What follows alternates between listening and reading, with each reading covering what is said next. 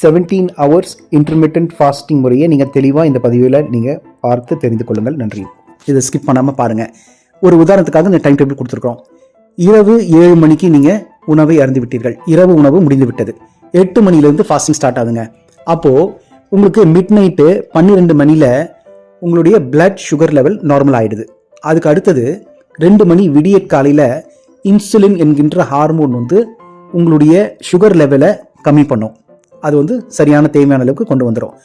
4 மணிக்கு குளுக்காஜன், ஏன்னா உங்கள் உடல் ஆக்டிவிட்டி இல்லாதனால குளுக்காஜன் என்கின்ற இன்சுலினுடைய நெய்பர்னு வச்சுக்கோங்க, அவரும் ஒரு ஹார்மோன்.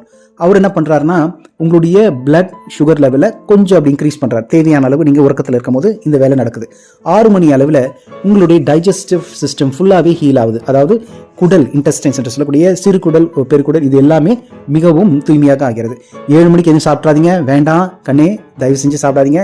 8 மணிக்கு இந்த ஃபேட் பர்னிங் ப்ராசஸ் நடக்குதுங்க. அதாவது உபரியாக இருக்கக்கூடிய உடலில் இருக்கக்கூடிய கொழுப்பு சத்து அது தேவைக்கு அதிகமாக இருக்கிறது, ஆட்டோமேட்டிக்காக அது பேர்ன் ஆகிறது. நீங்கள் இன்னும் உறக்கத்தில் இருக்கீங்க, நல்லா தூங்கிட்டு இருக்கீங்க. அப்போ இந்த ப்ராசஸ் உடலில் இருக்கக்கூடிய தேவையற்ற கொழுப்புகளை நீக்கக்கூடிய வேலையை செய்கிறது. இப்போ 9 மணிக்கு என்ன நடக்குதுன்னு பார்ப்போம். ஆட்டோஃபேஜி என்கின்ற ஒரு குறிப்பை டாக்டர்கள் சொல்கிறார்கள். ஆட்டோஃபேஜி என்று சொல்வது இது ஒரு அற்புதமான ஒரு செல் ஹெமட்டாசிஸ் என்று சொல்லலாம். செல் ஹெமட்டாசிஸ் ஏன் அப்படிலாம் காம்ப்ளெக்ஸாக சொல்ல வேண்டாம்.